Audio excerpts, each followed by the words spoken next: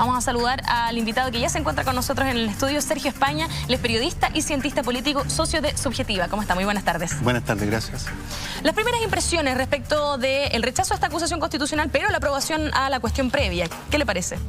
A mí me parecía que era importante ver que el Congreso se hubiera pronunciado sobre el fondo. Y en ese sentido, independiente de la posición de cada uno pueda tener sobre esto, creo que va a ser un debate interesante haber entrado al fondo de la acusación y no haberse quedado en la cuestión previa. ¿Debió haberse debatido en sala, por ejemplo? Sí, eso lo estoy diciendo. Yo me parece, más allá de la posición de cada uno, creo que debió haberse debatido en sala. Estas acusaciones me parece que tienen un componente político importante y es bueno que así sea y creo que se debe haberse debatido en sala.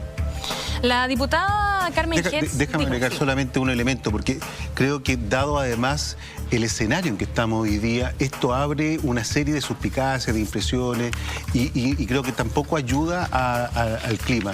En la medida que se hubiera discutido y se hubiera votado en sala, me da la impresión de que hubiera sido un poco más, hubiera ayudado a descomprimir un poco también este escenario, este clima general en que nos encontramos, después de 58 días desde el estallido, si no me equivoco. Sí, exacto, casi 60 días ya del estallido. Vamos para 2 meses. Exactamente. Se está instalado como una especie de normalidad un poco extraña, tal vez. Una normalidad normal donde nos estamos acostumbrando a ciertas cosas y convivimos con eso, pero claramente eso está teniendo repercusión en la economía.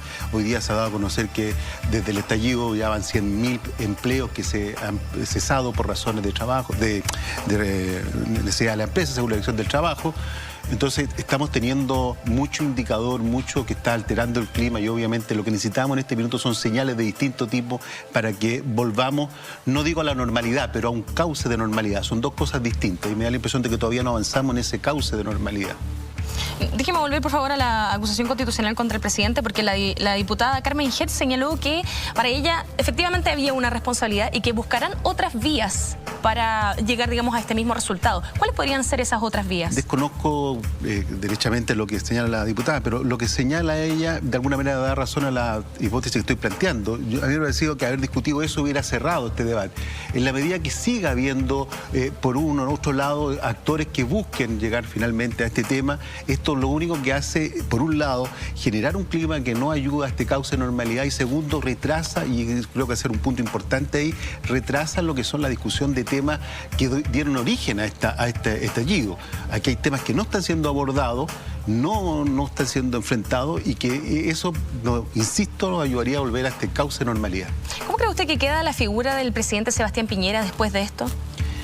Yo creo que no solo después de esto, lo que pasa es que objetivamente la figura del presidente está bastante afectada. O sea, un presidente que, claro, el otro día decía, subió la encuesta, pero está dentro del margen de error, o sea, que sigue bordeando el 10%. No es una figura que en este minuto tenga el respaldo y la legitimidad del punto de vista social para enfrentar una crisis de esta magnitud.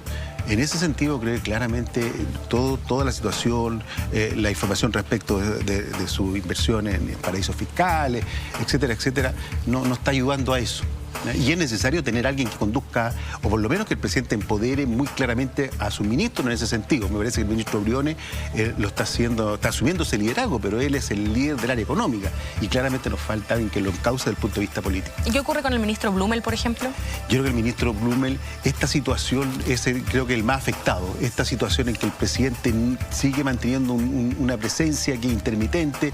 Yo creo que fueron muy desafortunadas sus declaraciones respecto de esta existencia de una violencia sistemática, etcétera, etcétera, porque inmediatamente abre la respuesta después de 58 días, bueno, entreguen de una vez los antecedentes que tiene, porque si yo enuncio algo, lo lógico es que inmediatamente digo, mira, aquí están los informes policiales, aquí están las presentaciones de las acciones. Entonces, ¿qué es lo que hace? Genera un efecto rebote contra el ministro del Interior, que obviamente la oposición convoca al Congreso a una comisión para que informe de esto.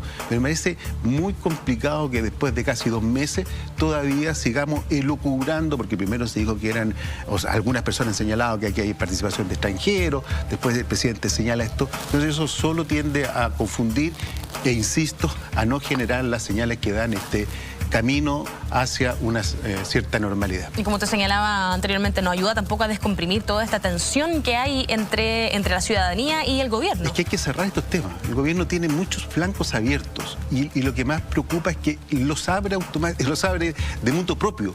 Entonces, ¿era necesario esta declaración? A mi juicio, salvo que esté, y ojalá así sea, equivocado, el presidente tiene antecedentes que va a dar a conocer en estos días, y eso ayudaría a entender un poco el origen también del punto de vista, no el origen, sino las características más bien delictuales que ha tenido esta manifestación en algún aspecto.